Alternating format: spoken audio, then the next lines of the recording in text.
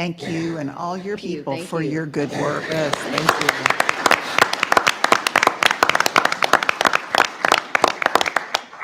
you. Can we have all of our team to stand? Yes, please. Stand up, please. Lizzie, Hey. Morgan, Paige, Cassie, Brooke, and Supervisor Cameron McIntosh. And March is Social Worker Month. So happy Social Worker Month, ladies. Okay? Hey. Yes, thank you. Thank you for the We are work you do. grateful for all of you, and thank you so much. So we just wanted to give you just a quick example as Supervisor McIntosh advised. And good morning. Good morning, Morning. President Tolbert and board. Good morning, Chief Graves and Executive Command staff. Hello, hello. I'm Kari Thompson, Community Engagement Division. So we were talking about pretty much our social workers, and we wanted to highlight them and just remind you of some of the wonderful things, impactful things that they're doing. As I close and I begin to now speak about, in transition, our patrol member highlight. Our Patrol Bureau member highlight of the month is a 24-year veteran of KCPD. She presently works as the division secretary at Metro Patrol. She's held that spot for 15 years. Not only is she doing that, but guys, she also is a bus driver for KCATC, and she actually does their Ride KC program, and she's done that for 23 years. She has a son and a daughter and 11 grandkids. She has raised 2 of her grandkids since they were babies, and they are now 17 and 16 years of age. I remember BJ back when he was a baby. She enjoys fellowship at her church and really enjoys family gatherings. And so this year she had a special birthday. Well, when was her birthday? Her birthday was actually Super Bowl Sunday. And the Chiefs gave her the best present ever with a win. Her desk at Metro Patrol is not very hard to miss. If you go up to Metro Patrol, you'll see her desk all decked out and decorated. This includes seasonal decorations and, of course, her Kansas City Chiefs decorations. You will always find a smile on this member's face. Ladies and gentlemen, our Patrol Bureau member highlight for this month is Miss Annette Green. And Miss Annette Green, are you in the audience? Miss Annette Green, calling Miss Annette Green.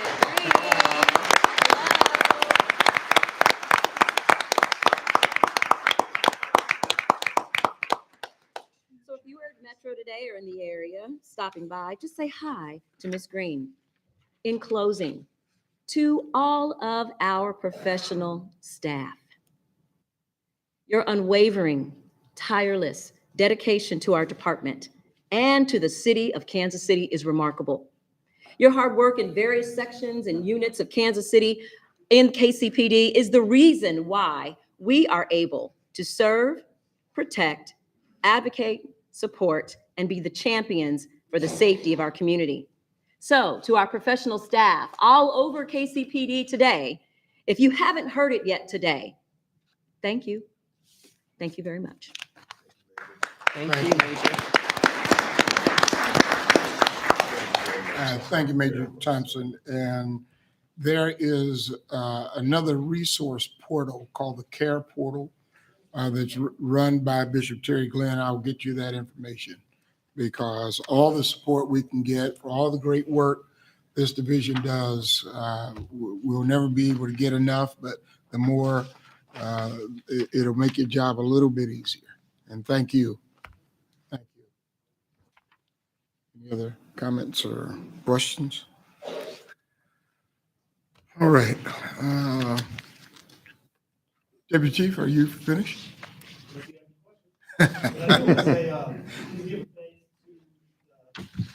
Men and women of the Community Engagement Division, several times a week, not just me, but everyone else, all the commanders. But I'll get calls middle of the night with an issue, and I'll call Major Thompson, and she has her folks go out immediately, and it's always been taken care of. So I want to recognize again, I mean, you saw it today, some of the wonderful work that they're doing day in, day out. But if you don't have any questions, that concludes my report. Well, I do want to make sure that somebody follows up to make sure that all of the the wellness checkups and all those procedures are being followed, because it is a challenging position when that's what you get every day is you deal with people's issues. And, it just kind of mounts up, and you got to have some wellness checkups so that there's a place of outlet. I do have a question on that too. I worked with Newhouse, which is for domestic violence a lot. And I know they've got flyers and they've got things out there to help people realize that maybe they're in this situation or they need help. I don't know if that's something we have access to, or maybe we can get from them and maybe just have it to hand out to some of these people, because what they do in the community is phenomenal. They take these ladies are there 2 to 3 years, and they bring them back into the system. They build their confidence. They get them jobs. They have schools there for the kids. They have an amazing program with helping women that have been in domestic violence for a long time and saving their lives. And you hear their stories, and they're very, very powerful. And I think it's creating that awareness out there. And however we can all help and be a part of that, I think is huge. And You have a direct contact in the Newhouse. So if you'll get with Major Thompson, it's always good to be able to cut through the red tape and get right to the get source. some of those things just Yeah. to pass out. Absolutely. Yeah, we have a good partnership with all of our area domestic violence shelters. And so we whenever we receive a call of that nature, we conduct an assessment. We fill out a lethality assessment form. We try to connect them at that time with services. And so, any literature, we'll make sure we do pass that out as well. But that's one of the things that we have taken seriously for a long time here and have excellent partnerships. Thank you. Deputy Chief Doug Niemeyer, Administration Bureau. Morning. Our items are under tab C, but we have a PowerPoint presentation, so you can just follow along. Thank you. And during this presentation, I'll address a lot of the wellness issues that you've been talking about. I've just been waiting. It's already in the presentation. For the Administration Bureau, first we have our current staffing report. Law enforcement, we're at 1,111. Law enforcement, we have 33 candidates at the academy, and we have 508 professional staff. Hiring. I'm going to spend a little bit of time on this slide. As at the last board meeting, we had 4 new hires that were here at the board meeting that were sitting in the back. It was their first day on the job. We've changed some processes on how we hire. We currently have 13 members around the department that are already on staff or hired. And then we have an additional 14 pending job offers out to individuals to hopefully be accepted. We have hired 5 laterals from other agencies, and we have hired 2 officers back to the department that had originally left and have come back. And then we also have an additional 11 that are in the process, which means they're in the hiring at some point, somewhere in the hiring process from when they've placed their application or began the process. So basically, since last board meeting, we have hired 20 people. Great. We're looking at this April the 24th class. We will make that as big a class as we can possibly make. And then the good news is our next class is July the 23rd, and we already have 4 people secured for that academy class. And that comes with some people need to move here. We have some that are moving from out of state.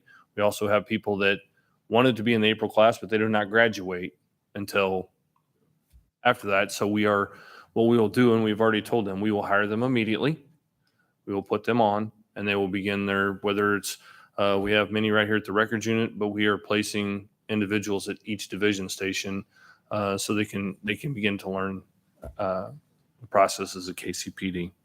Another exciting news is I want to thank Captain Lamport, especially him, all the staff, and we'll get to them in a minute. But we've changed the processes. I had from beginning to end hire in exactly 30 days for one of the individuals. That's from what Beginning it to used end. to take. What did it used to take? Took me 1.5 years for me to get hired whenever I began 20 years ago. So that's going to be an exception. 30 days is pretty fast. I mean, when you have someone that maybe didn't have very many prior employment, their background is minor. But I was impressed to see that we could push somebody through that quickly. So these processes, in my opinion, are beginning to work. This is 4 of our newest laterals. The chief sworn in on March the 16th. We had 4. And then the communication unit. We currently have 6. This is not on the slide, but we currently have 6 employees in a call taker class. We had 4 that started yesterday for a total of 10. So that's 10 in the month. We also have Deputy Chief McComb. I don't want to steal his. That's his bureau. But we did hire, like I said, 10. We have 2 job offers out, and we still have 11 people in the process. So again, by just making some minor adjustments in how we're doing things has made a very big difference. So I put this up here for Chief Graves because even though we've done a great job of hiring law enforcement and communication staff, she then says, "What about detention officers?" And I'm like, "Okay, we're coming as fast as we can on the detention officers." But I will say that there has been folks ask, if you are 18 years old, we will hire you as a detention facility officer. You do not have to be 21 years old to apply. 18, and you can be a detention facility officer. So this will be our next big push, is this area of employment. So right there, you can go apply at careers.kcpd.org.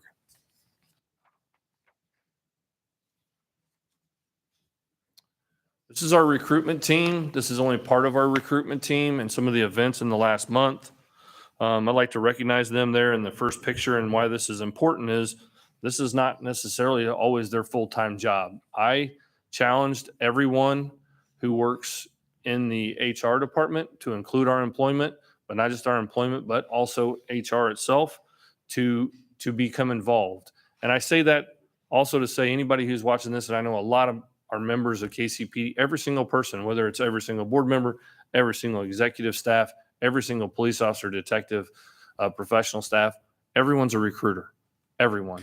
And that's why I wanted to include them in this picture as well, because they helped us out in the last month. And starting from left to right there in the middle picture is Precious Marshall, Officer Amber Hoffman, retired Officer Karen Jenkins, April Latta, Officer Damon Harrell, and not pictured because I was at a meeting and said, I need your guys' picture. And the folks that weren't there was Major Dan Haley, Captain Ed Lamport, Sergeant Pete Cutcliffe, and Sergeant Joe Bediaco. But these are the folks that are out here every day at every event doing our recruiting.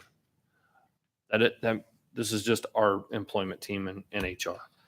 And the majority of the employment team, if I'm correct, are made up of minorities and women, right? Correct. Can we go back one slide? So just this month, we were at both the men's and women's NAI tournaments, the Big 12 tournament. We were at Lincoln University Academy, Graceland University, Hickman Mills Family Summit event. We were at Fort Riley, Maple Woods, Penn Valley, and the Mavericks hockey game. And I did not list them all. Those are the highlights of where this group has been in just the past 30 or since the last board meeting. I will say in upcoming, and these are always changing, always adding to, but some of the ones that are coming up in April will be the KCK Community College Career and Career Fair, the Northland Career Center, which I'm very dear to sit on that board for over 18 years. And I think we've had that group here. We'll be going to that. We have the Northland Neighborhoods Career Fair. We'll be at Missouri Western, the NFL Draft. And as of yesterday, we will now be at the PRCA Rodeo, hopefully. Good. Yeah. So those are some events that we will be at in the upcoming months. The wellness section. I didn't want to interrupt earlier because I knew we were going to be talking about the wellness section. And Rob Blim, who said the Pledge of Allegiance this morning, that is the wellness section's supervisor, employment wellness section supervisor.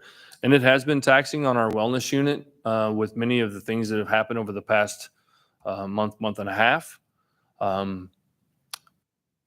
They attended the IACP Officer Safety and Wellness Symposium here just prior to all the events that were going on. But these are some pictures from their trip and what other departments around the country and actually world are doing.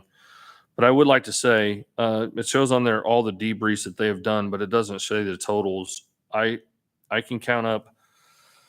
We did debriefs for each tactical team, command staff. We did it for debriefs for their spouses, significant others, family members as well. We did over 30 individual wellness checks in the last month and 14 one-on-one wellness checks with our mental health provider. Our wellness section also went out to 10 additional roll calls. So mind you, you're looking at our wellness section as 2 people. That's a lot of hours and a lot of work that they put in. Now, they get a lot of help too. They, much like our social worker program for the public, our wellness group reaches out and uses additional folks to help them along the way. But I did want to make sure that everyone understood, especially after what was said today, that they're on top of it. And I can almost guarantee you, since my phone's been going, Detective Blim will be, or I call him Detective Blim because he worked for me as a detective when I was a homicide sergeant, will be on top of the things that you talked about. Again, I want to show our intern flyer. We did this last month. It's coming up. You have the opportunity to register if you'd like to be a KCPD intern. That will close on April the 7th is the last for that registration. You can see there if anybody wants to contact Sergeant Bobby King at her email. This flyer is available. I believe it's also available on our website. And we have had a tremendous response. I think as we talk in our office, it's going to be difficult to find or to narrow it down to 20. We've had a really good response. So we're looking forward to that and reporting on that. Regional Police Academy, they asked us to show this picture. This is the 176th class. This is the day that everyone has to go through their training and they get the mace, the pepper spray that you know that you can survive pepper spray. So that was the training day there. That's And not right showing that picture. Like that was their choice. That was their choice. So I Grant would not put this on his. no, he probably would not. But as you can see, they're like, we have had some fun, and I'm going to Commissioner Kramer will enjoy the next slide. This was our when she visited our pursuit training, and we're going to play a couple of videos from our pursuit training, and I'm going to talk about training and some of the things that we do so that people probably don't understand.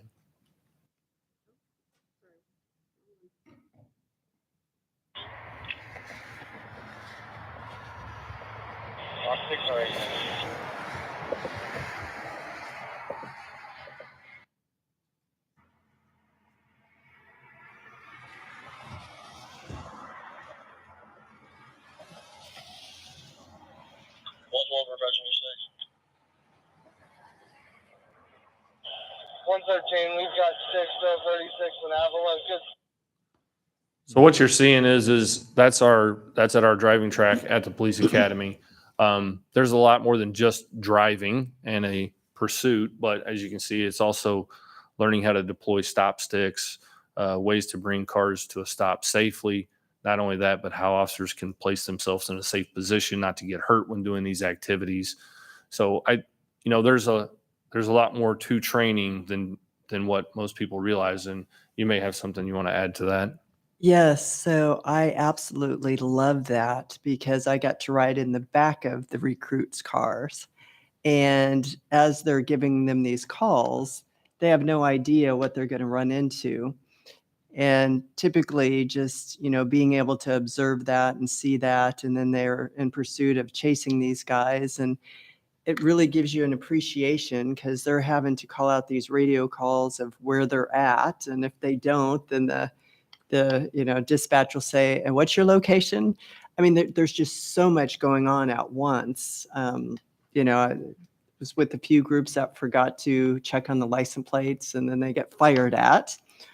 If they checked on it, they said, oh, this is a murder suspect. And then you see all of a sudden those wheels turning like, okay, back up and different things. And then, you see them with a drunk that, gets out of the car, that one of the officers was playing, drunk. And that was quite entertaining watching that, because he's backing into them and, they're all serious and they're like kind of, and then they have to, arrest him and get his hands. And it was quite eye-opening, though, because, when I've talked to many of you about that, you still remember your first time doing that, which is amazing, because it is this is very serious. And you guys have to think so quickly. And it just gave me a greater appreciation for what you do. And this was all simulated. And I couldn't imagine being out, live and running into these situations. So it was amazing, and just gave me a better appreciation for what you guys do and putting your life on the line every day. So thanks. And we're going to continue to try to bring a portion of the academy to give the public an opportunity to go. We don't just place officers out on the street. They've been trained in so many different areas, and this is one of them that most people don't realize. We have training in emergency operations of our vehicle, or the stop stick deployment, or how to, and I'll say that this was last night on my way home from work. I stopped. We had the senior academy class that's in right now had their last and final patrol integrated exercise before they go to basically the end of their academy and their situationals, which is a week long of those. And they were last night. And I said the same thing. I said, I can remember 20 years ago, whenever I started going through, we call them Pi 1, Pi 2, Pi 3, Pi 4, and that full week of situationals. And it was interesting to stand in front of them last night and to discuss that, because everything is so intense for them, because they have to trust their training. And as we told them last night, trust your training, and your training will carry you through. So that was last night for the 176 class. Had that. Their situational training will be April the 17th through the 20th. We are going to have a group run. Each academy class does that. This class will be running from HQ to Truman and Benton to honor Officer Mulbauer, Champ, and Mr. Eckes from that incident. So that'll be on April the 21st. Their graduation is May the 4th at 6 o'clock. And then that following Sunday, they will be out on the street.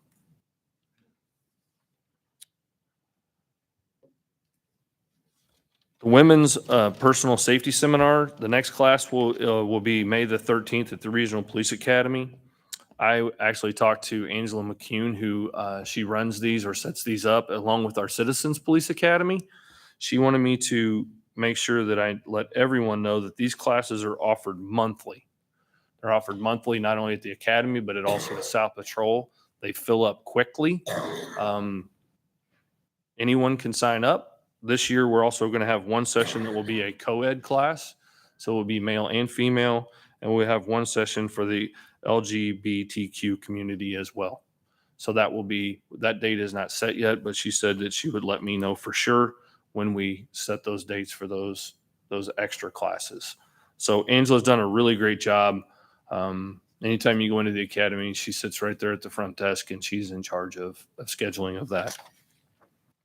And the last slide, this is our crime lab. That's actually the Citizens Police Academy out at the crime lab doing hands-on work. So I want everyone to know, and we heard that at the beginning of this with the Police Foundation, the crime lab really works hard to make sure that they can be a support to this police department and the things they're doing.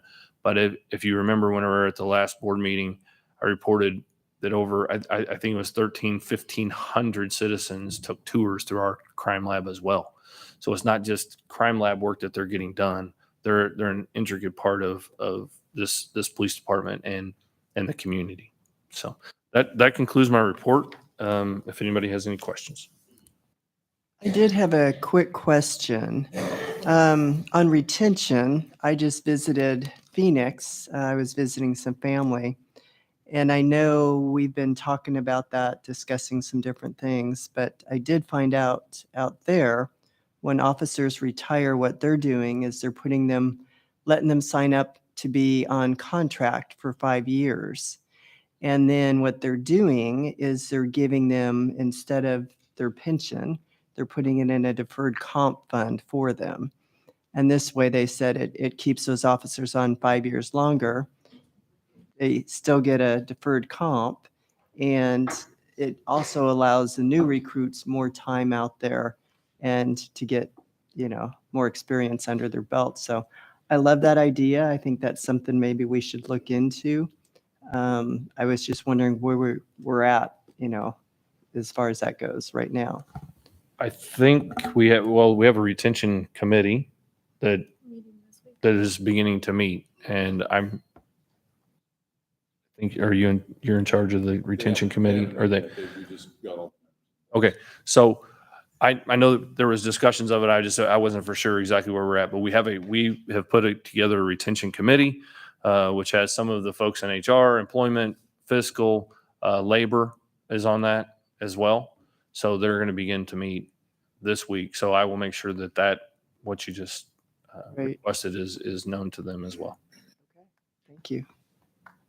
Any other questions? All right, thank you, Deputy Chief. Executive Services Bureau Deputy Chief Derek McCollum. Always a tough act to follow. Good morning, Commissioners, Mr. Mayor. All items for the Executive Services Bureau are under tab D of your board book. Item A, budget transfers for fiscal year 2022-23. I request General Fund, Police Drug Enforcement Fund, and Police Grant Fund transfers.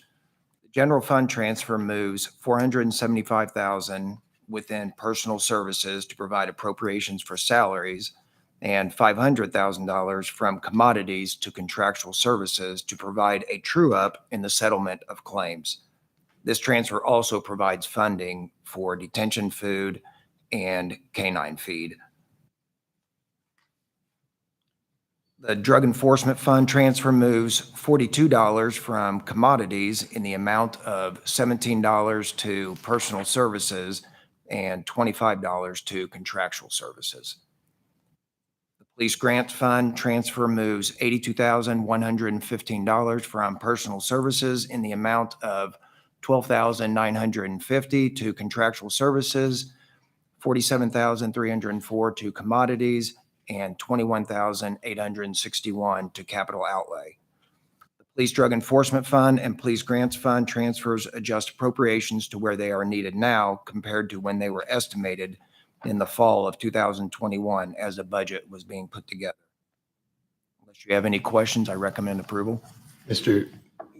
Chair, I just have a quick question, and this will just be a policy viewpoint of mine.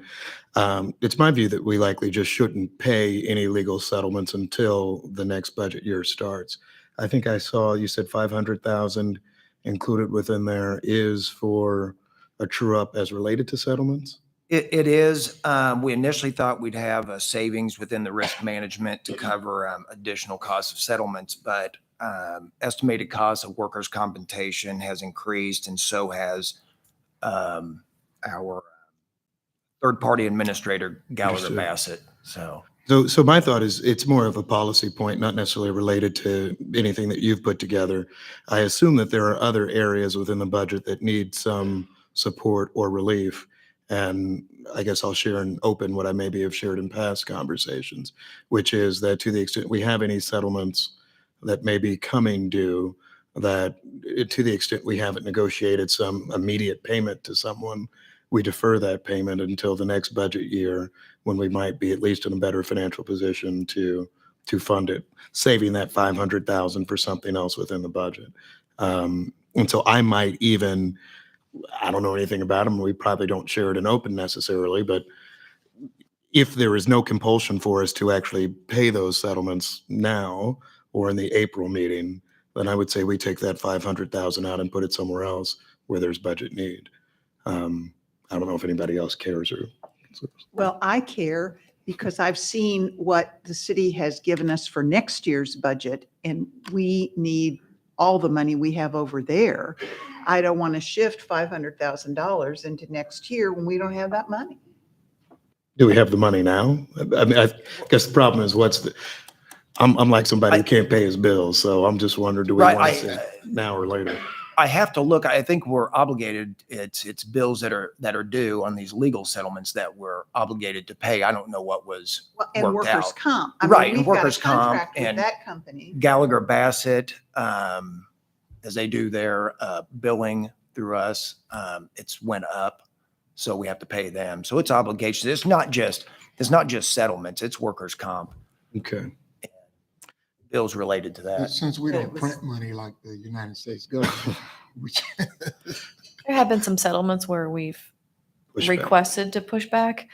Some of those, it wasn't an option, but that was in the forefront of each one Right. of those. And the discussions to try to defer some of those, but some of those it just wasn't a possibility.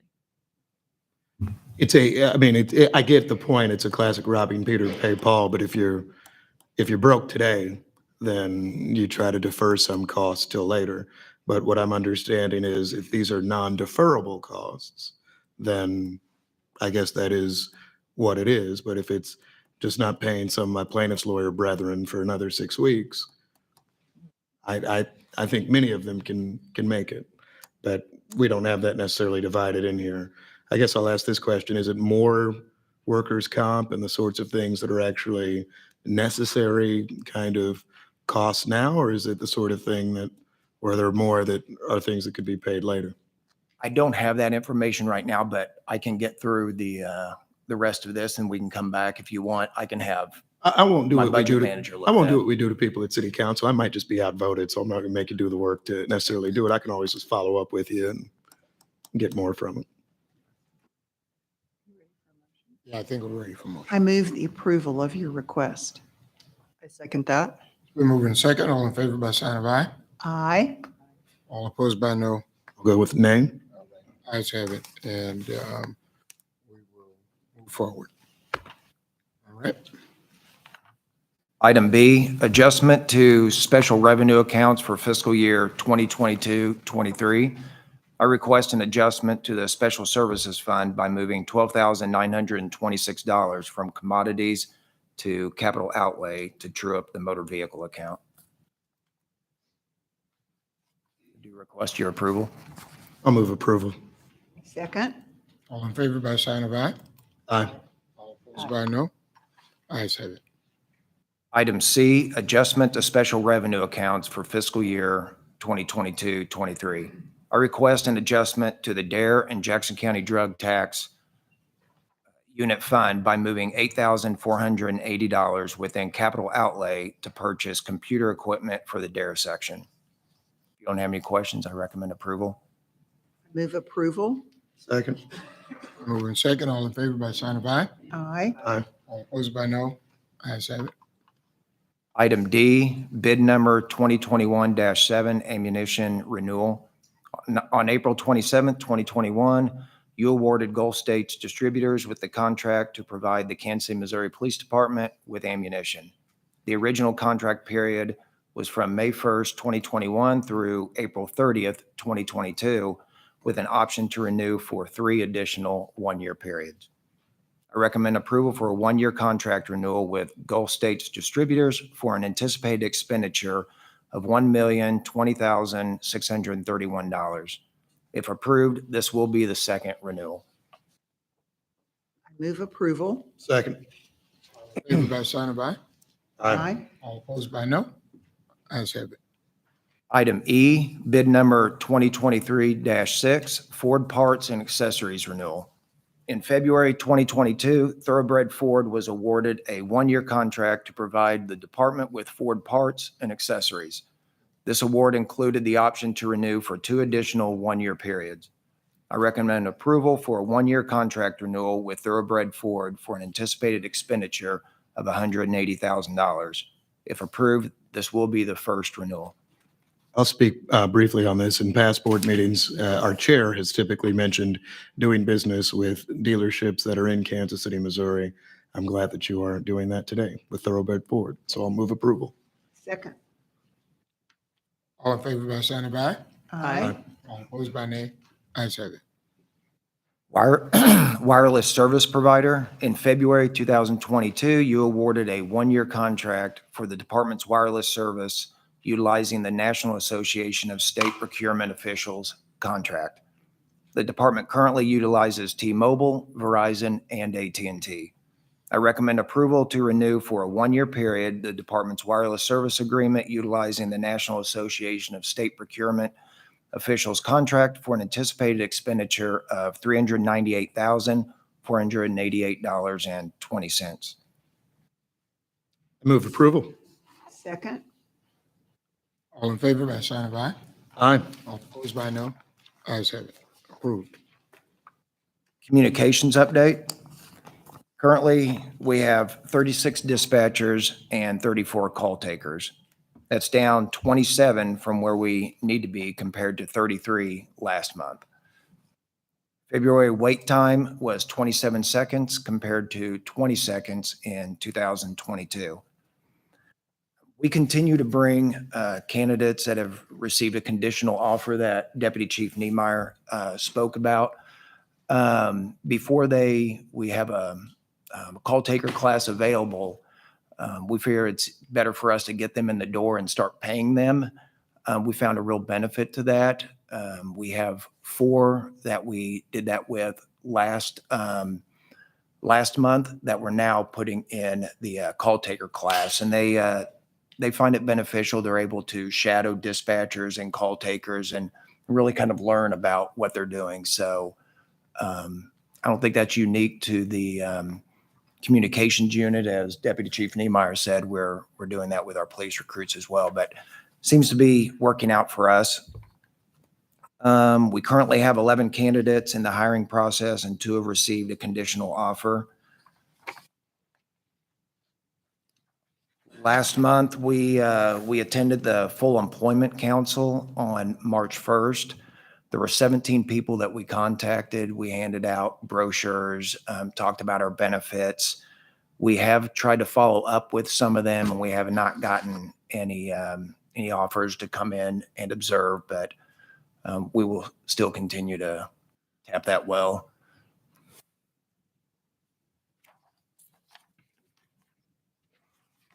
Um, 2023-24 budget update. Next month, I will have a more robust presentation as we will be reviewing it to vote to accept next fiscal year's budget. But just to recap, the department's general fund request to the city was $250.9 million, and I'm just talking general fund. The Finance Committee modified our request and submitted a $237.3 million budget to the City Council. On March 23rd, the full City Council voted to appropriate $238.4 million in general funds. In other words, what was submitted to City Council versus what was adopted by City Council was an increase of $1.1 million to the general fund. We are committed to giving all of our employees a pay raise and will continue to hold academy classes. Current members who are at the top of their salary scale will receive a 4.95% raise at the beginning of the fiscal year. Those below the top of their pay scale will receive a step increase on their anniversary.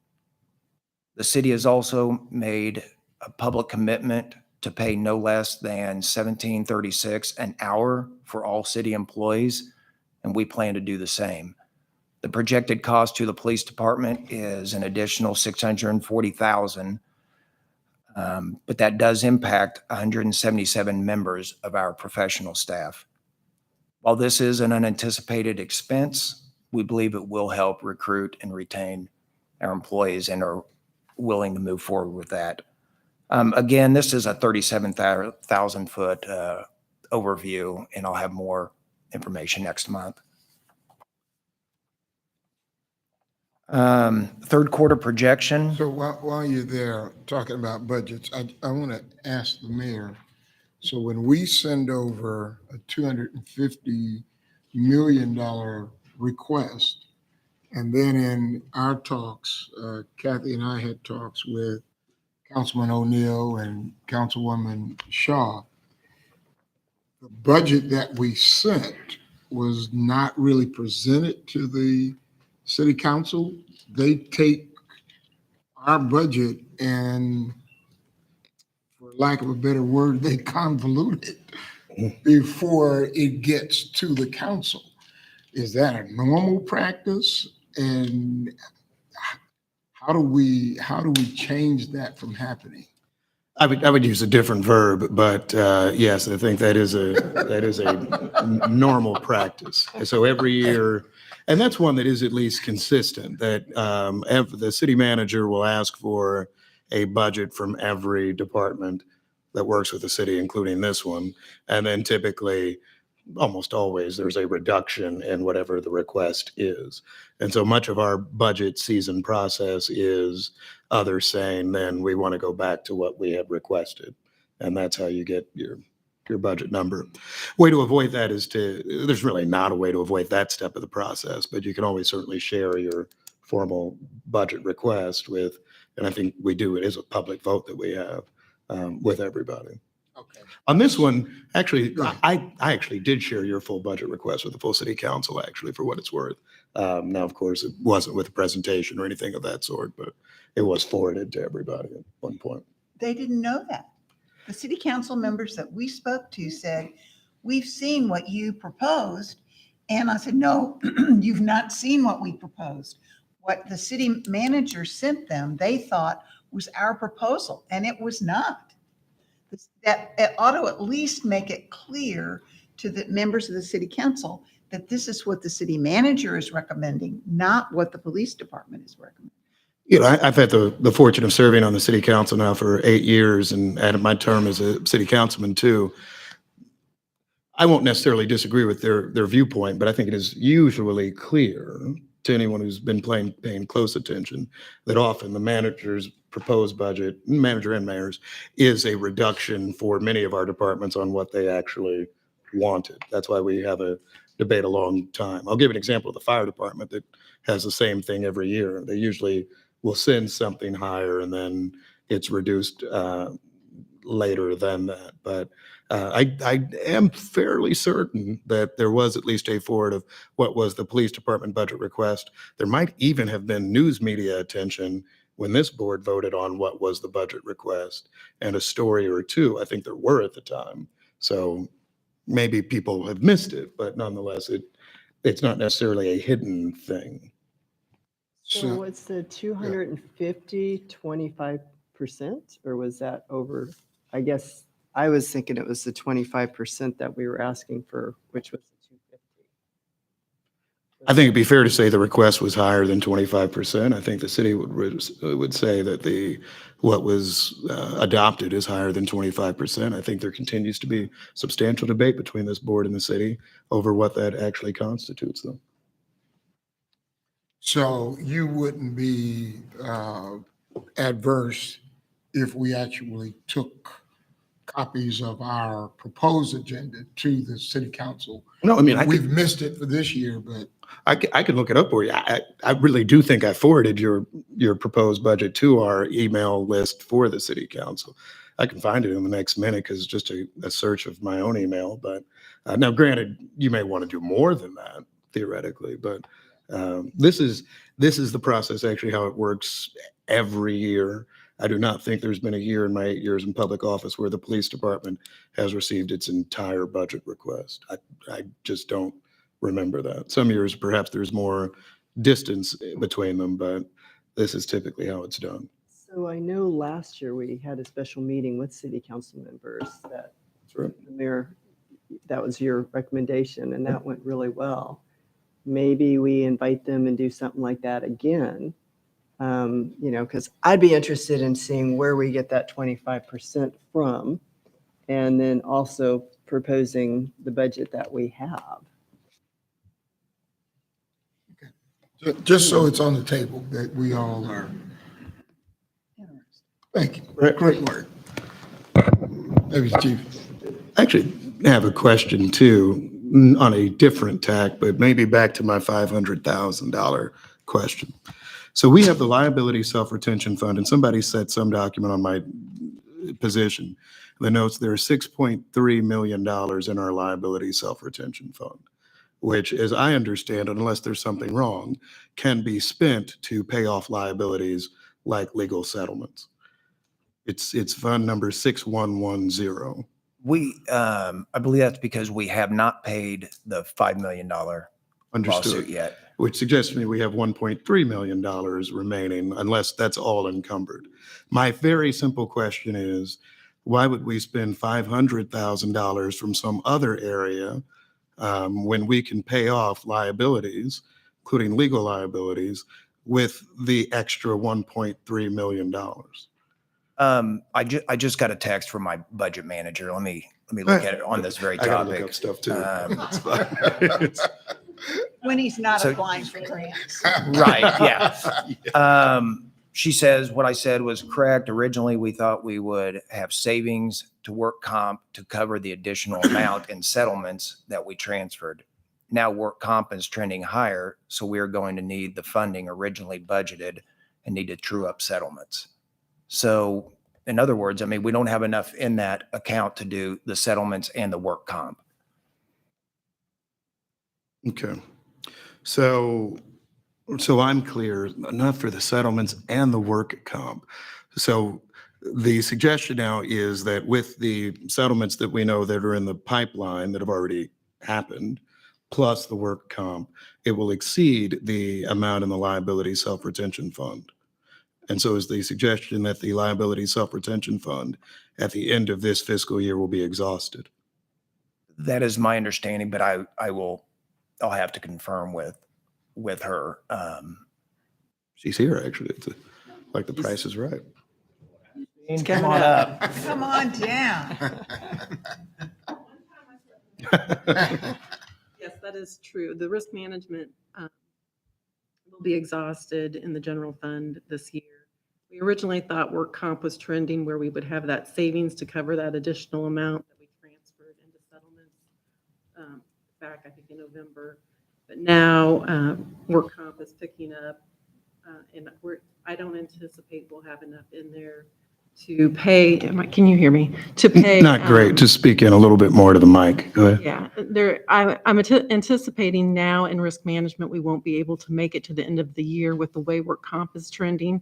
So we had already transferred that 500,000 into the settlement account back in November, but now risk management overall is not going to be able to sustain itself through April unless we go ahead and make that settlement amount whole, which will in turn leave the money in the work comp accounts so we can pay work comp out through April.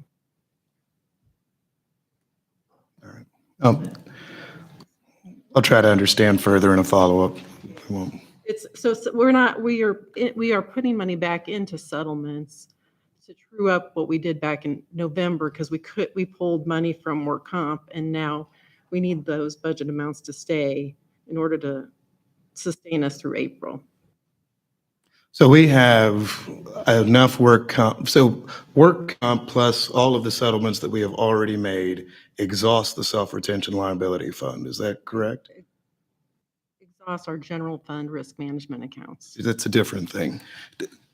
I'm looking at a liability self-retention fund that says $6.3 million. I understand there's a $5 million settlement that I believe this board had voted on.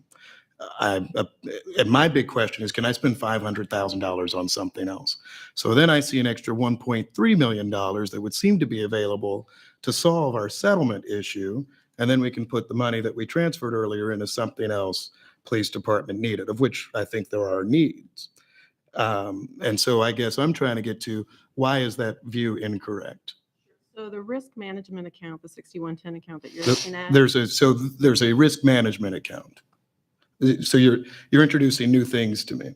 So there's a self-retention liability fund that does settlements, but then there's also the risk management account. Right. I'm sorry. Yes. So the 6110 account that you're looking at is the account that we pay our settlements out of. Yes, ma'am. But throughout the year, we transfer money out of the general fund account that was budgeted to put into that account for those purposes. Now, we've already made that transfer in order to make that $5 million payment. But the account that we're talking about here is, even though that $500,000 isn't going to be put into that 6110 account, it's going to remain in the general fund to pay other general fund expenditures through the end of the year. That's just truing up what we had already transferred into that 6110 account. Because now we don't see we're going to have a savings in work comp like we thought we would back in November. I'll have to follow up. This is an interesting exercise for us, maybe not everyone, so I'll follow up with you. Thank you, ma'am. Let me ask one question. So in our discussions over the years, at the end of the year, anything that we have left goes back to the city.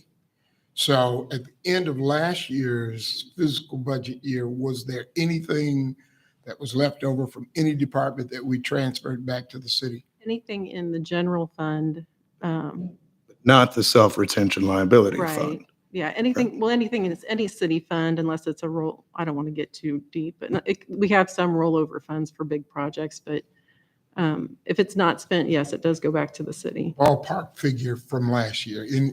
Is there a figure? In all our funds, like health levy fund and Yes. probably maybe 600,000. Yeah. Because some funds are set up for a specific purpose, and if we don't spend it, it goes back. Good. Thank you. Deputy Chief McCall, anything else? Christine, you might want to stay up here. Very eloquent. I'm done. Third quarter projection, the 2022-23 budget update. At the end of the third quarter, the department is projected to be at a $200,000 deficit compared to a projection of 1.5 million at the end of the second quarter. Now say that part again, because that's very relevant to why we were just asking the question. What's the projected deficit at the end of the year?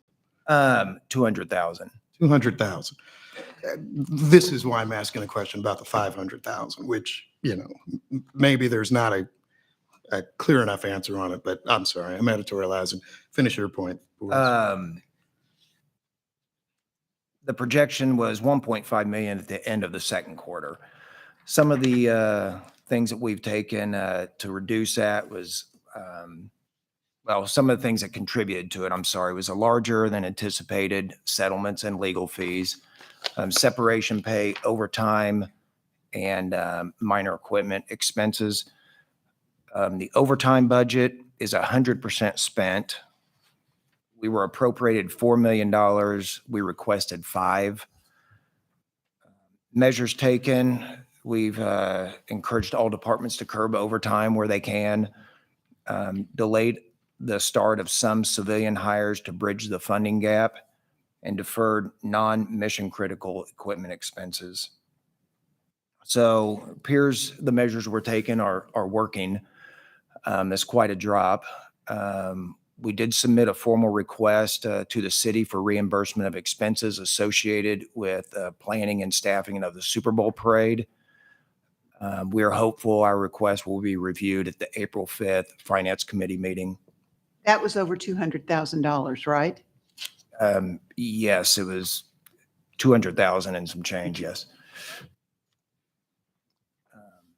Anything else? That's it on mine. And we have the NFL draft coming up. What do you think in overtime for that? Has that?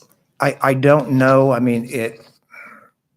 The good part of that is that it's going to occur where the expenses will be paid out of next year's budget, but we did not budget for that in next year's budget. So it's not going to affect this year's budget, but it will impact next year's right off the bat. And we will do the same. We'll submit for a request for reimbursement from the city for the expense. And lastly, last month, Bishop Tolbert, we discussed the account information that you wanted for UMB and the Federal Reserve Bank of Boston. Took some time to compile some of that information. We got a portion of it, I think, that Bethany may have given you this morning. In conversation with you, you wanted more robust information, and I will have that for you by the end of the board meeting for you to review and then be able to answer any questions you have at next month's board meeting. Thank you. Into my report, unless you have any questions. Thank you. I do wonder, so, well, I'm trying to think of the right way to ask it, so, and Commissioner Dean's much better at cross-examination than me, because I'm kind And of. I miss it. Because I'm kind of intrigued in yes or no's. Boy, I'm excited. Talking about cross-examination. What you live for. Wow. Right? So will the liability self-retention fund be, well, I guess I said, is it correct that this liability self-retention fund will be exhausted to $0 in balance at the end of this fiscal year? Is that correct? You can come back up here. Sorry, a little bit more down in the weeds than we You're right. normally get. We're talking 6110. Liability self-retention fund, will it reflect an amount of $0 at the end of this fiscal year? She Currently wanted to showing- know account number. Oh, Are we talking 6110? 6110. So right now, we But project. that's why I did the cross-examination approach. Is the answer Oh, yes, that it'll be down to no. 0 at the end of this No. fiscal year? The answer is no. No, it will not be. So will that amount have more than 1.3 million? Will it have more than $500,000 at the end of this fiscal year? That's a yes or no question. Yes, ma'am. I really want to say I don't know because we still have bills coming in. It'll be And significantly less lawsuits, because we right? do have that one settlement, that large settlement, and then Yes. we have smaller settlements that come in, which can be a vehicle settlement. It could be, Mhm. so That's fair. So can the funds that we moved earlier be transferred back to general fund to help cover the forecast deficit for the end of the year? We transferred 500,000 that we're moving around to cover things. I'm hearing that we have a $200,000 deficit. So it seemed to me that we have sufficient funds to cover that. if you wanted my recommendation, I would say no, because we're going into next year being underfunded in our general I fund. understand all of that. Just Yeah. on the 500 to cover the 200, is that? I would, the board can definitely do that. I would prefer to try to Understood. figure out the gap a different way. Otherwise, we're just pushing a problem. That's all I need. Thank you, Your Honor. So- May this witness be excused. Please. Thank you. All right. Because we're going to push the juvenile procedures back, do you have anything else? No, I don't. I know we're missing a definition on that one, so I'll ask that it be pulled and we'll bring it back next month. All right, Do you good. have other questions you wanted him to address? No, because we got this. I got So I'm going to jump. That's all I have. All Thank right, you. thank you. Office of General Counsel, Ms. Jenny Adabir. Good morning, Mayor and Commissioners. My items are under tab F in your book. There are two items for you today. The first one relates to an appeal of a February 3rd revocation of a private officer's license based on some suspicious activity during security patrol that related to interactions with minors. The denial appeal letter and related reports are under tab F for your consideration. I know the private officer's licensing section is recommending upholding the revocation, but I will let you all ask any questions that you might have about that. Ready for a motion? Yes. I move that we uphold the decision of the private officer's office. Second. All in favor by sign of aye. Aye. All opposed by no. Ayes have it. Thank you, Commissioners. The second one is relates to a January 7th denial of an application for a license based on the applicant not disclosing a misdemeanor conviction for presenting a fake ID. I think you have the denial letter and the applicant's response in there for your consideration. Yes. I move that we uphold the denial of the license. Second. It's been moved and second. All in favor by sign of aye. Aye. All opposed by no. Ayes have it. All right, thank you, commissioners. That's all I have. Thank you. OCC, Merrill Bennigan, Director. Thank you, sir. All right. I have a list of public comments. And so Fred Gambino is the first, followed by Zach Beal. Get rid of it? Yes. Yes, sir. You'll step up, and there is a 2-minute clock that will appear on the screen.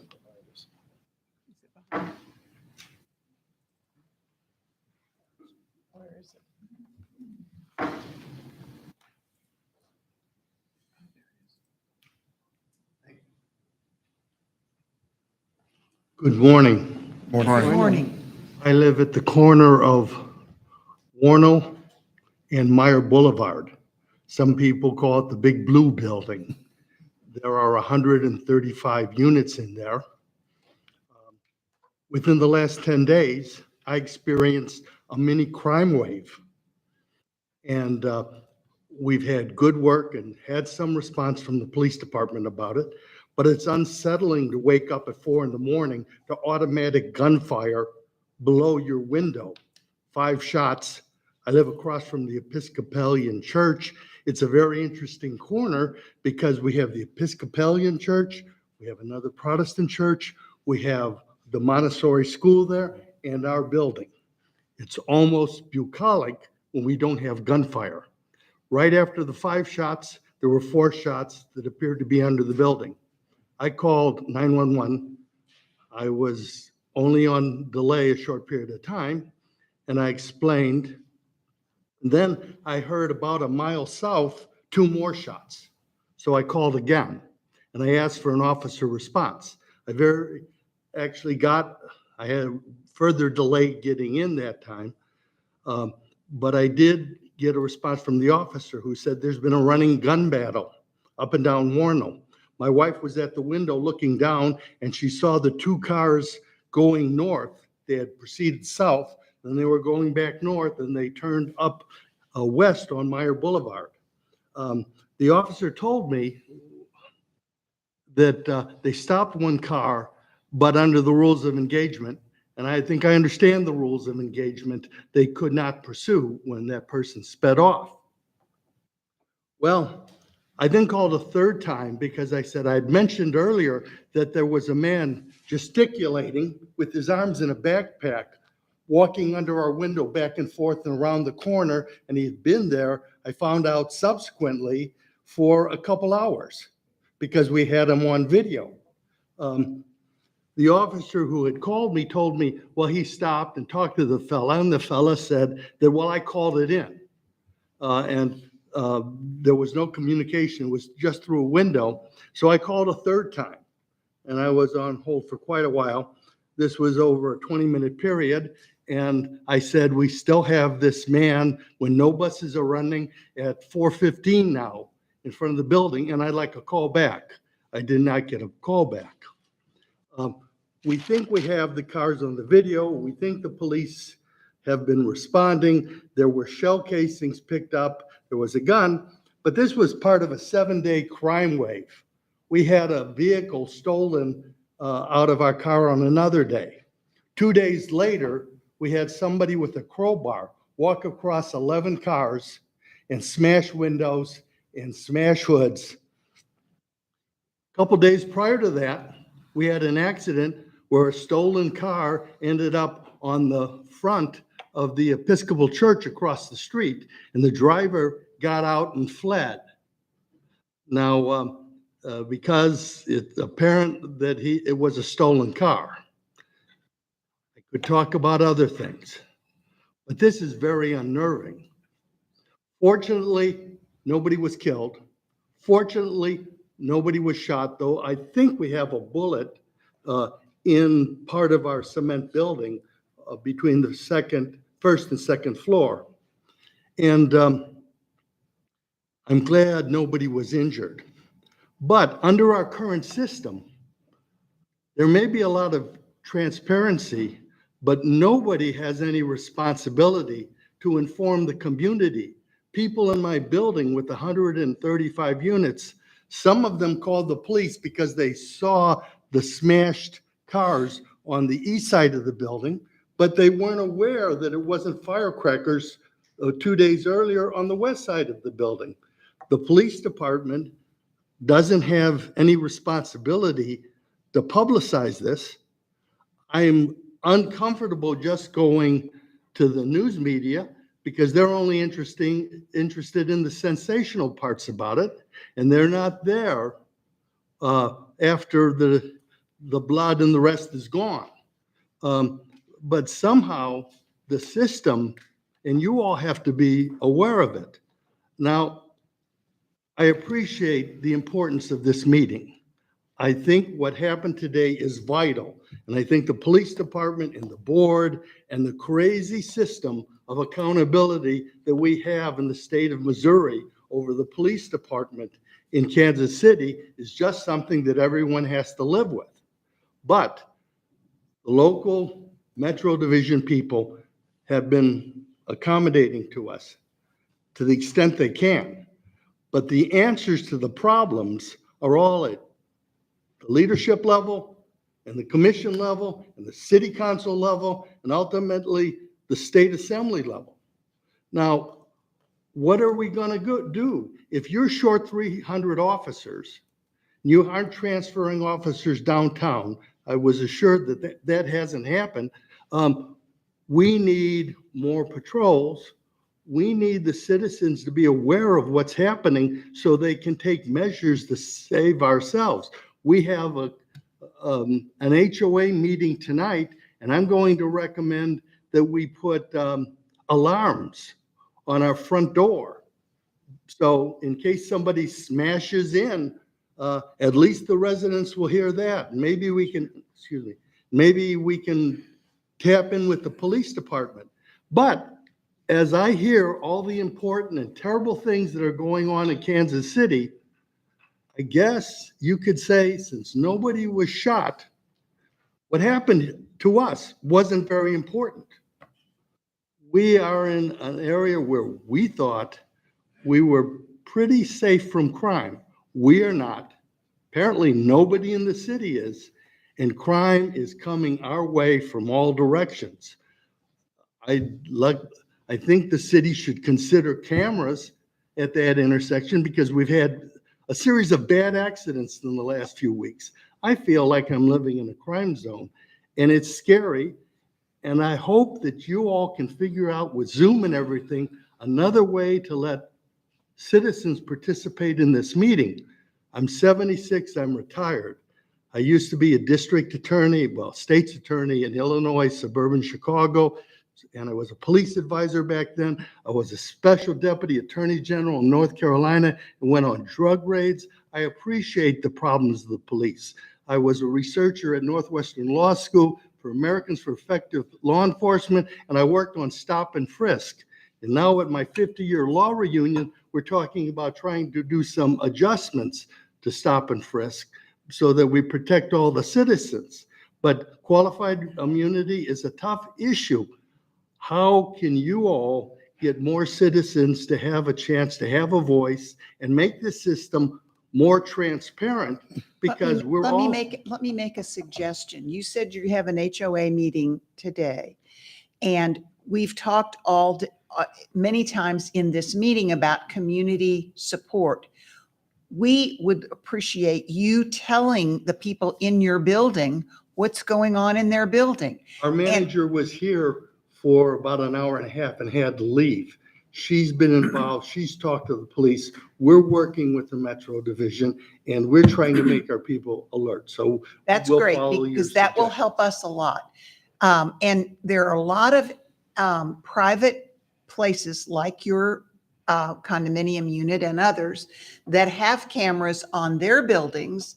And you said you did, that you were able to see things. That's a big help to us. And to the extent that you have pictures and can share that, is it your division? Would that be the one? Yes, ma'am, it is. Okay. Well, Yeah. would you visit with him so that you're sure Absolutely. he knows who to contact? Absolutely. Thank Will. you. Thank you. Thank you, sir. Good morning, Commissioners and Mr. Mayor. Morning. My name is Zach Beal. I'm Executive Director of Operations for St. Andrew's Episcopal Church, and I came on behalf of my own constituency at the church, the community surrounding it, and in solidarity with Mr. Gambino. I echo those concerns that Fred shared. I express my own concern that part of my responsibility is protecting these individuals, to call the police when things happen.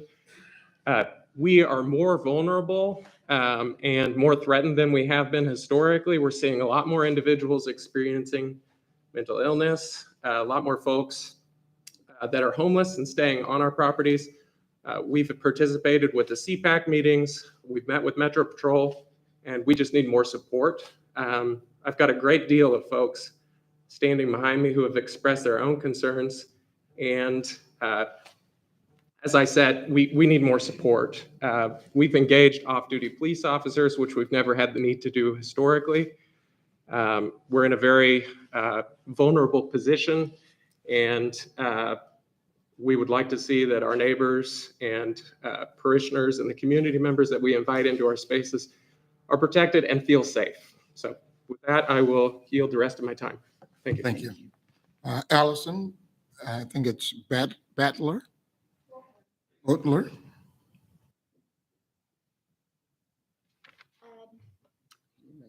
Brookside is a very special place to me. I was born there 65 years ago. And to me, it was a magical place. It was where towering trees covered the streets. They had sidewalks. My mom could walk to the grocery store.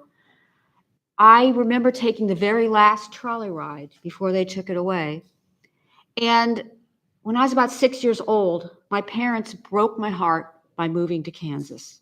And the reason was because on Warnell Terrace, we were having infiltration of vandalism and break-ins in several of the other streets in Greenway Fields.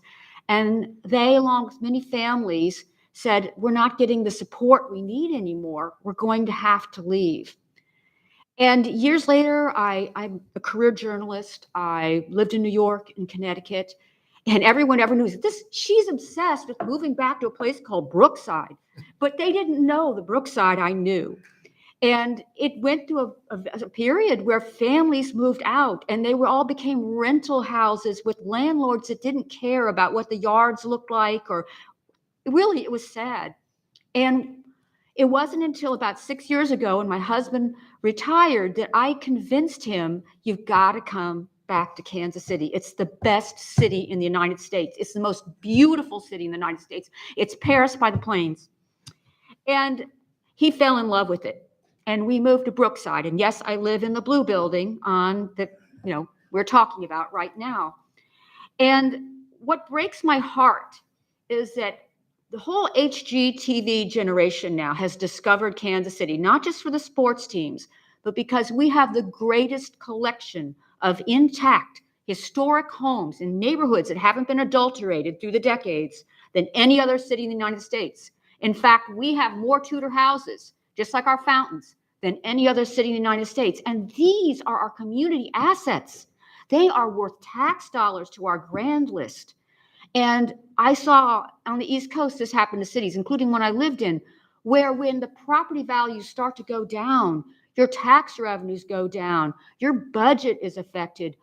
We have to preserve the golden goose of all these neighborhoods that are being rediscovered by young families who are under the impression it's safe to walk to the grocery store. It's, this is Kansas City. This is our public image. And it's also the heart of Kansas City. It's our history. And people of a whole new generation are discovering this beautiful place again. And we got to try our best to keep it that way. And I don't know what it takes. I'm a journalist. I'm not in law enforcement. I'm not in politics. I just know that something scary is starting to happen. And I would hate to see history repeat itself all over again and see all the families move out of Brookside again. That's why I'm here today. Thank you. Clark, I'm not sure how to pronounce your last name.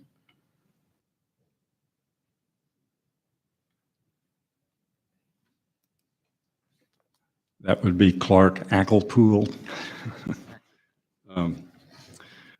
I've listened today for the entire time, and less than 98% of your conversation, 99% of your conversation has been what's happened here right now.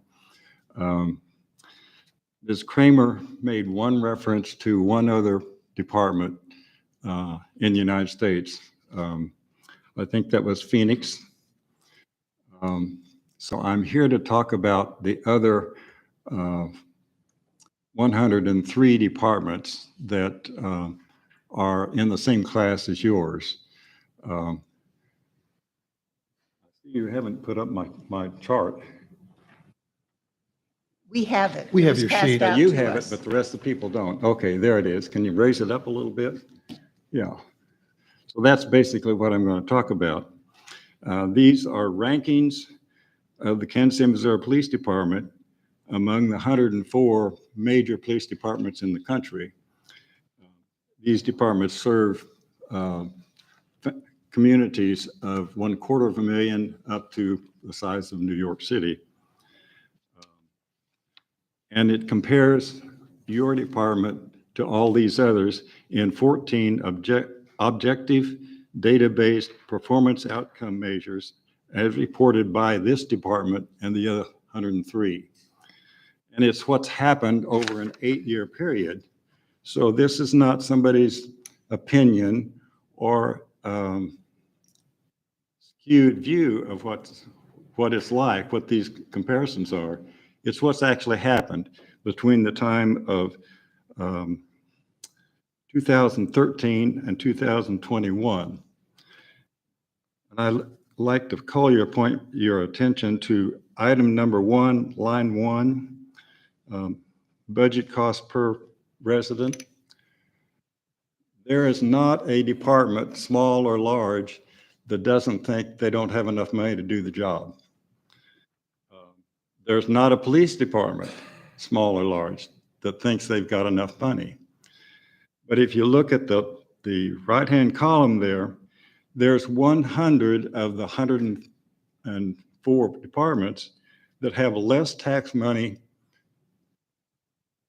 for their department when you account for the size of the community that department is servicing. 100 of these departments have less money than you have. Now, what you're doing and what you're working at, you're doing honestly and hard as you can, but there's 100 other departments that have the problem worse than you have. Go down to number 4.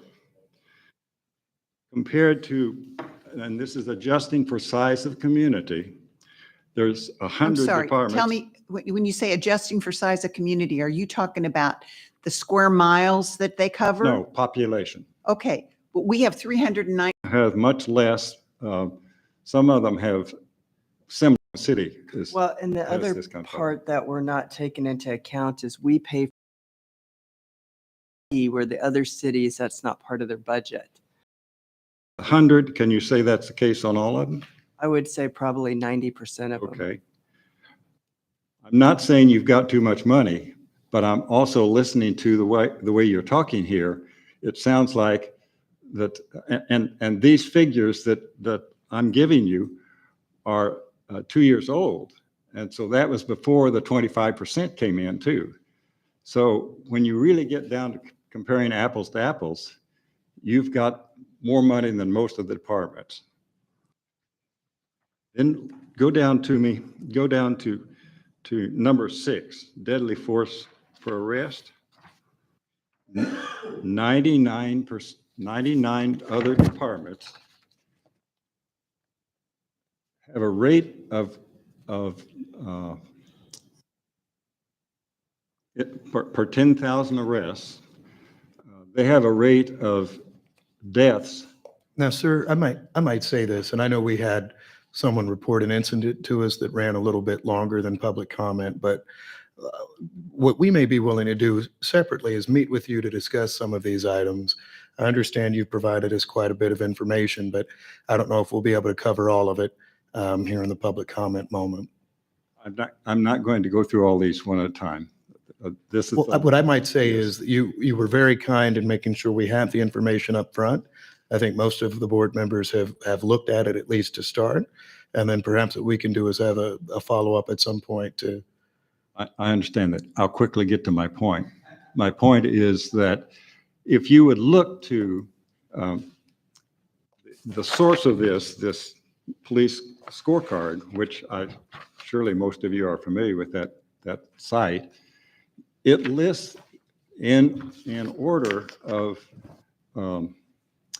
which police departments are more efficient down to least each of these 104 departments.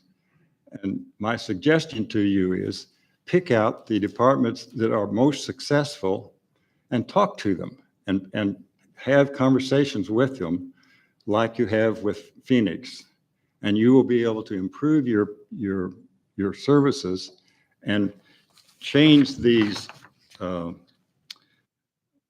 very discouraging actual figures of what's happened in the last 8 years. All right, well, I will say with that, thank you. Thank you. We're greatly Yes. appreciate it. Thank you, sir. And I would like to say thank you so much for putting all the time and effort into that. Obviously, it's not a fair comparison because we're state control and the other cities are not. So as far as the budget, but we can always learn something from other cities. And that's what we're trying to do to make this place a safer place. And we're open to all of those suggestions and looking at stuff. And would love to meet with you one-on-one to look at some of the research from some of the other places and how we can be better. You can go on the police scorecard and find those departments that are excelling yours by a great deal, particularly on Mr. number Alcohol, 6. I think we're saying thank you so much. We need to probably get to some other folks, but you are appreciated. We'll look forward to being in touch as well. In number 6, there are 20 departments that are at least 4 times more efficient at doing arrests and not killing people than you are. Look at those and find out what they're doing different. They are doing many things different, and you all ought to be spending as Mr. much time on Alcohol, that as you're on everything I'm else. saying we understand you. it. Thank you, sir. Appreciate it. Bill Allen.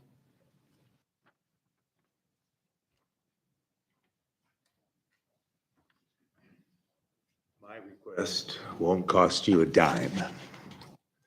So we've got a major problem in this country, and that is automobile accidents. We've killed more people with automobiles than all the wars of the 20th and 21st century combined. That ought to get your attention, but obviously it hasn't. So what I'm suggesting is that the police department start setting the example and drive the speed limit, and don't drive through stoplights and stop signs. I witnessed yesterday 2 police drive through a stoplight. I knew they drew through it because I don't ever go out until it's safe, and I had a green light and it wasn't safe again. So if you would just stop speeding and stop stepping on the gas pedal and drive, then everybody else will follow your example. But if you don't set an example, then it's impossible, and it's going to continue. So think about this. I would be happy to be on a committee if you needed help, organizing this. You can put signs in the cars, don't speed, obey the law. It's a real novel idea. Thank you. Thank you. Jerry Johnson. Jerry Johnson. All right, Doug Kinney.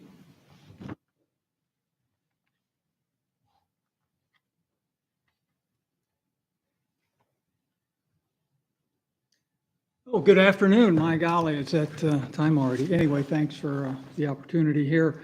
Yeah, Douglas Kinney, I live in the Brookside area as well as some of our speakers, and I know the building they're talking about, but I'm not here to talk about that. I took advantage last fall of the opportunity to go through the Citizens Police Academy. And it was a very eye-opening experience, the 11 weeks we were there. I learned a lot. I think the department folks that came in and explained what they do and their jobs, I think for the most part, they were very competent people, very well spoken, and are in policing for the right reason. And I was glad to see that. There was one document that was in the little here that really confused me, though. It was called The Origin. And it was a very short sentences written in fancy font. And the picture below is a quill pen and somebody writing the Constitution of the United States here. And I don't know if they were to be related or not. Let me read it to you. It says, to maintain at all times a relationship with the public that gives reality to the historic tradition that police are the public and that the public are the police. The police being only the members of the public that are paid to give full-time attention to duties which are incumbent on every citizen in the interests of community welfare and existence. And it just confused me because I didn't see how the statement related to the heading, and it doesn't give any citations here. It doesn't say who wrote it, where it came from, or anything. And it's just, I'm not sure why it was in there and how it relates to what y'all do. It was just confused. And if you're as confused as I am, well, we're both there. So anyway, I just wanted to share that with you all. This is, and this, yeah, like I say, it's in this manual. So thank you. Thank you. Steve Young? Yes.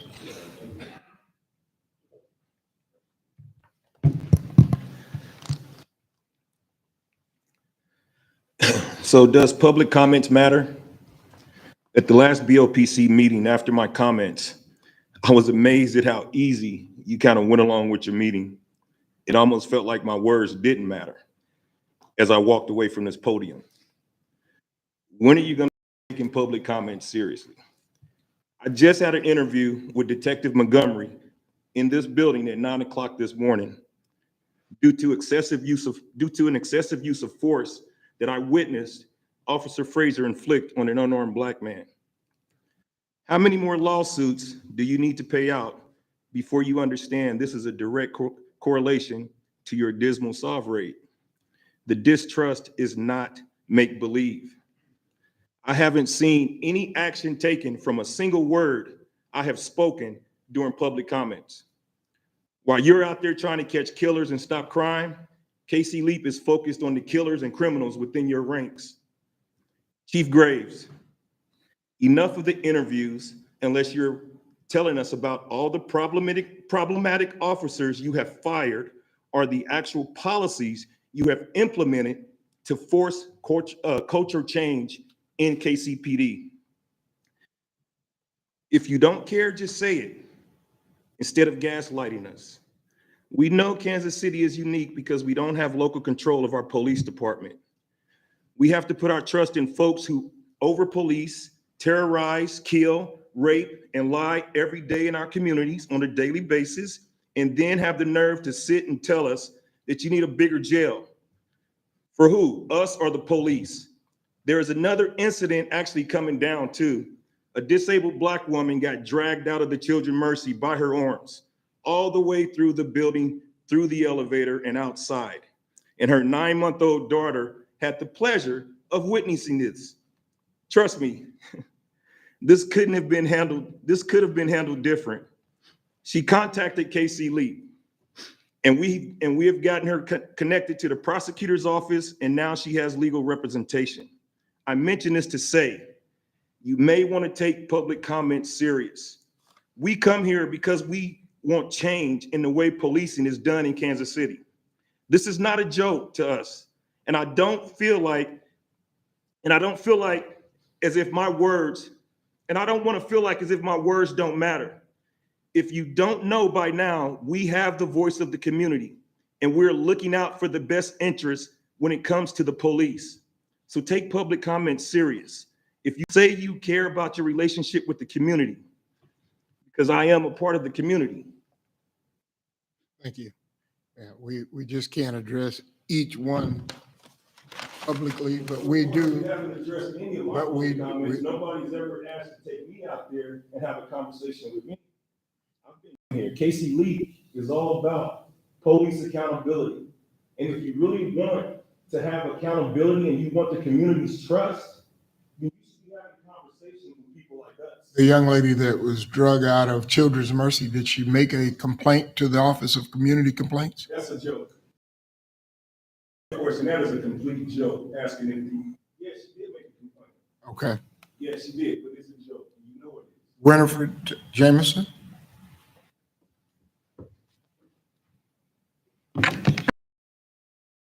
I would like to reiterate how frustrating it is that the public has to address this body. Whenever a member of our org attends, we have to take vacation time. That adds up over the year, and most of the public doesn't have the luxury to take paid leave to attend a public meeting. If you really wanted to hear from the public, you would make these meetings more accessible. Anyway, I also at 9 o'clock this morning in this very building was interviewed by Sergeant Montgomery regarding an incident of excessive use of force committed by KCPD Officer Frazier against an unarmed Black man without provocation. Not only did my partner and I witness this incident, he filmed it, and it was also captured on store surveillance. There is overwhelming evidence that this assault, this crime occurred. However, both police reports written by Officer Frazier and Officer Surgis not only contradict what the videos show, they contradict each other. Can't make this stuff up. The victim in this case was severely injured, suffering a bleeding head injury that had to be taken from the scene by ambulance. I find it deeply disturbing that no internal actions have been taken against the officers, that they remain employed, allowed to interact with the community that they have harmed. Chief Graves, your promises of reform and community engagement have been nothing but lip service. Casey Lee, the Kansas City Law Enforcement Accountability Project, is the only organization working directly with victims of KCPD violence, yet you've yet to engage with anyone from our org. We look forward to the day when anyone in this department or on this board wants to hear the truth about the violence regularly inflicted upon our community by your officers from the victims themselves. Our excessive use of force hotline receives calls regularly, but wait until the billboard with the hotline number goes up. We're waiting, and so are the many victims. Ron Hunt?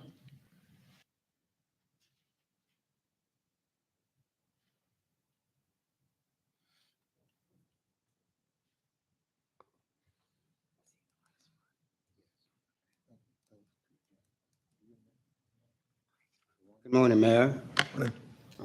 Bishop Talbert, President, Board. You look good over there, Chief. You look good over there. Real quick, I just want to tell you I have a different note.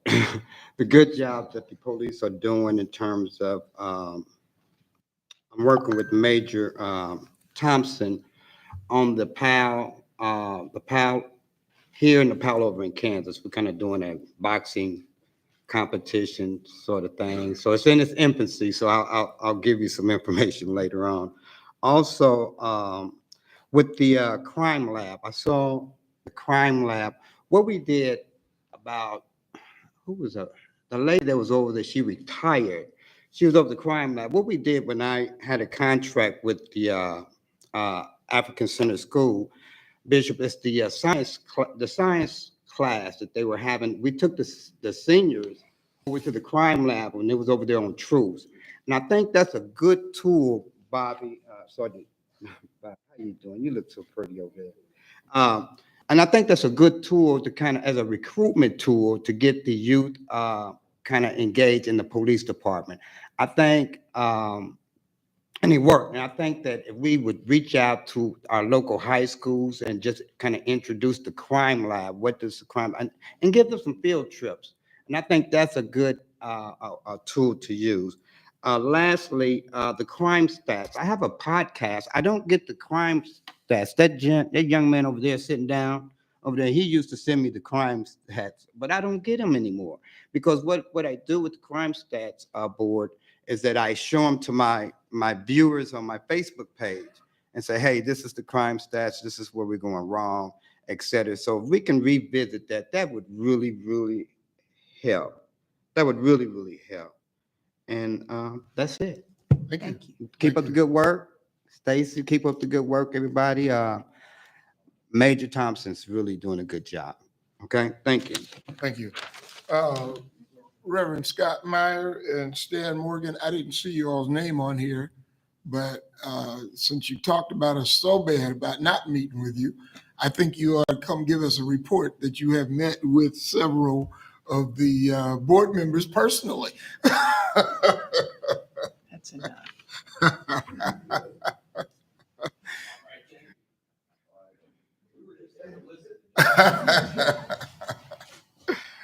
Well, we like to get a little progress when we made it, and since we get so much criticism.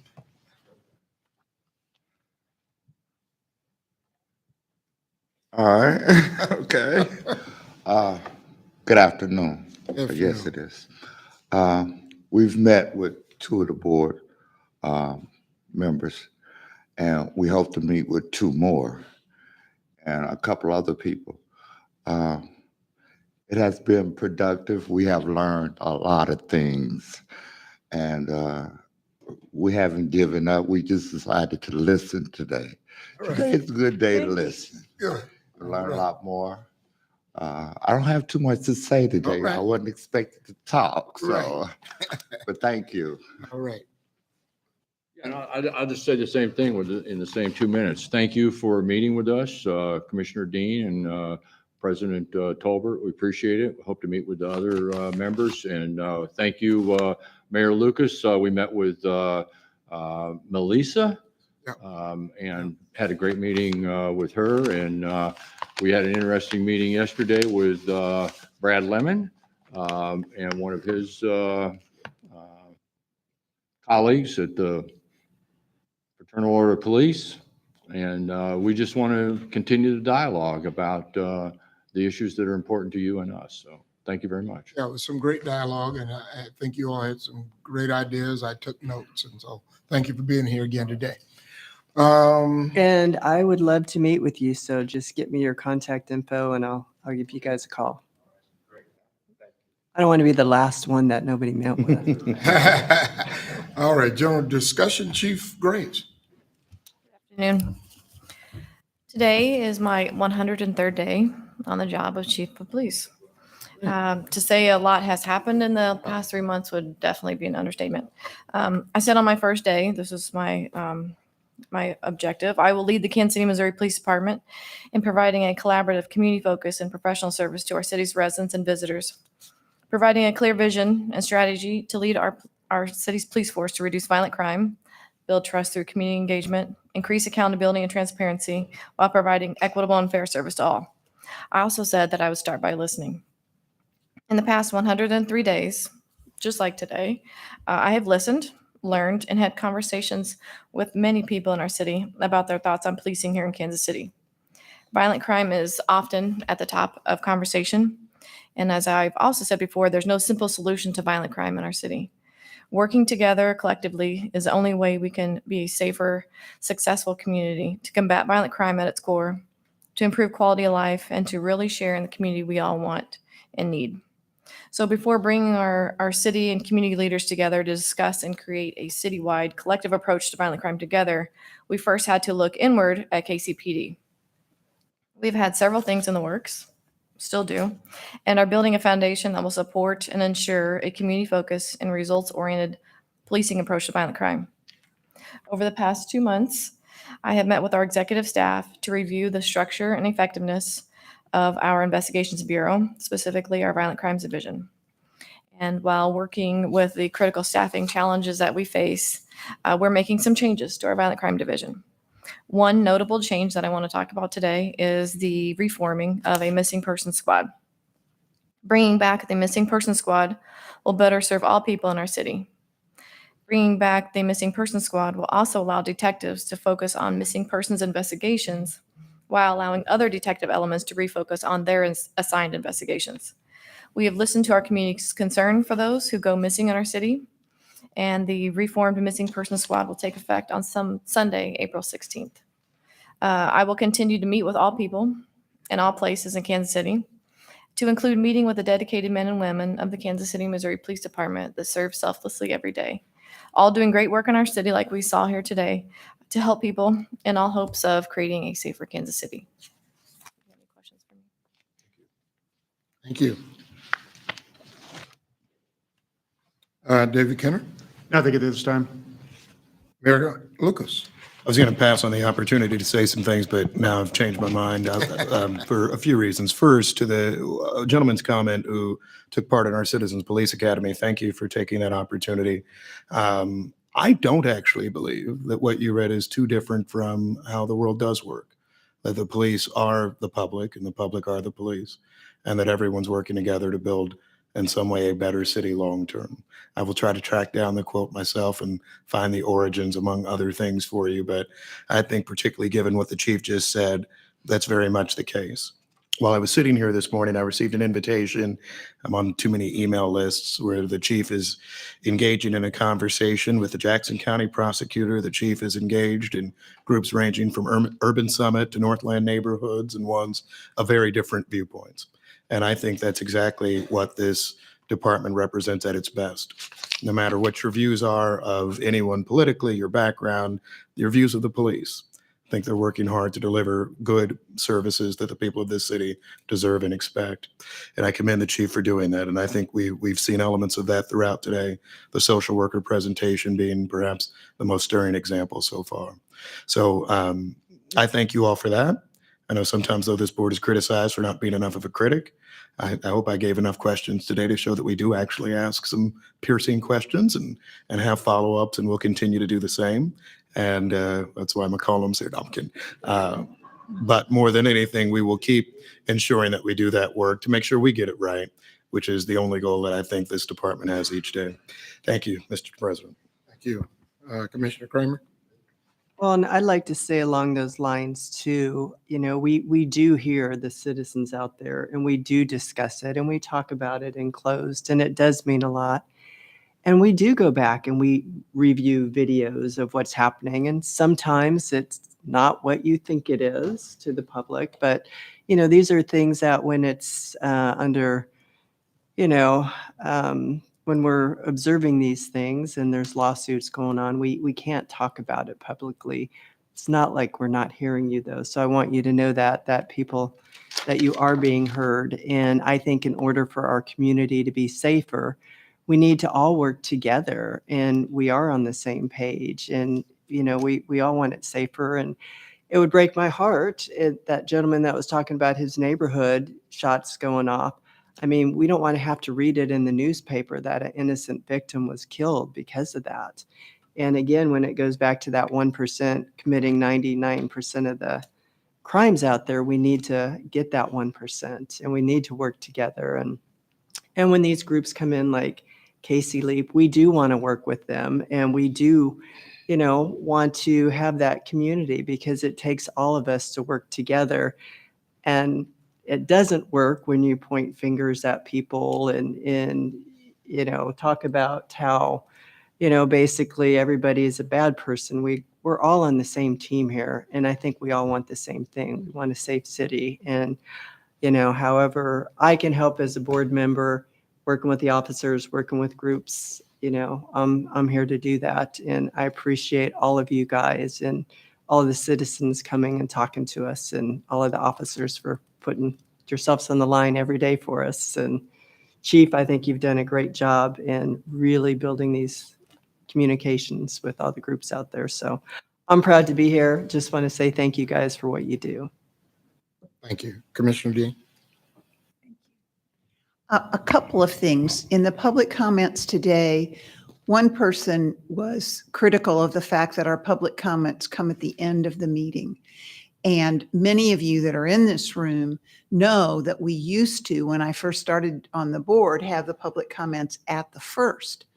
But we got literally hundreds of emails that said, we want to hear you talk about violent crime and that sort of thing, and make that a priority, which of course means the first of the meeting. And the mayor advised us that the city council puts their public comments at the end of the meeting.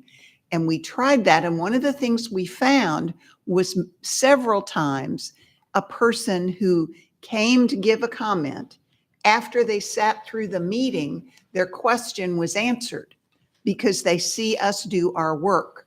So I'm sorry that seems like a penance, but I hope that some of you learned something from watching the meeting.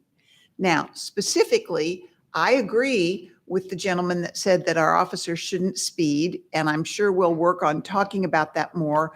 But if you looked at the board, the thing that causes more of the accidents than any of them is that people don't wear their seatbelts. So if you can help us, we certainly make sure that our officers are wearing their seatbelts. And please, you make sure everyone you know wears their seatbelts when they're driving. Those accidents are a terrible scourge. We lose wonderful people every day to them. So we want that to change, but get people to wear their seatbelts. And it can't just come from up here. All of you can do that. And as far as looking at other police departments, we do that regularly. We don't talk about it up here, but the Omaha project is the one I can remember most recently, but we will continue to do that. And we have a research and development department that works on that. And the police department of Kansas City has always been known for trying to innovate and do better and to have a professional police department. So I'm proud of the police department that we have, and I'm proud to serve with them. Thank you. Thank you. Chief, congratulations on 103 days. Where does 103 Just days counting. go? That is incredible. You know, as we get comments from the public, one of the things that I've always said is that the police department of any city can't solve the crime problem. It's a community problem. And so when you talk about having an HOA meeting, you know, community watch used to be real big. I don't know who organized those, but communities are so divided and separated. Maybe that's something that some of these community programs can reinstitute, is putting together community watch programs. I know at one time we were involved in the ring doorbells and giving some of those out and putting them in certain places. So all that we can do, we want to participate in. I will ask Mayor Quentin Lucas, when your grant comes through with license plate readers, one of the things that I hear a lot is certain communities are over-policed. So I want to make sure that those license plate readers are put so that if there's somebody who has a barn out in rural Missouri, you're catching the license plate going out that way, because that's where they're being chopped up at. So there are just so many different entities that we have to make sure that we are policing the entire city and not just focusing on certain places where we know there are things going on. There are things going on everywhere. And so we have to figure out, how do we police the entire city? So with that, thank you all for another great meeting, a lot of great information. We're going to go into closed session. And Wait a minute, we've got Oh. open meeting. Thank you. Item 22. Item 22. I move approval of the minutes of the open meeting for February 28th, 2023. Second. Improvement, and second, all in favor by sign of aye. All opposed by no. I move that we go into closed session. Well, we have to adjourn us out of here and then All right. close. I move that we adjourn this meeting and move into closed session. Second. Lucas, aye. Dean, aye. Albert, aye. Kramer, aye. Thank you. You got me.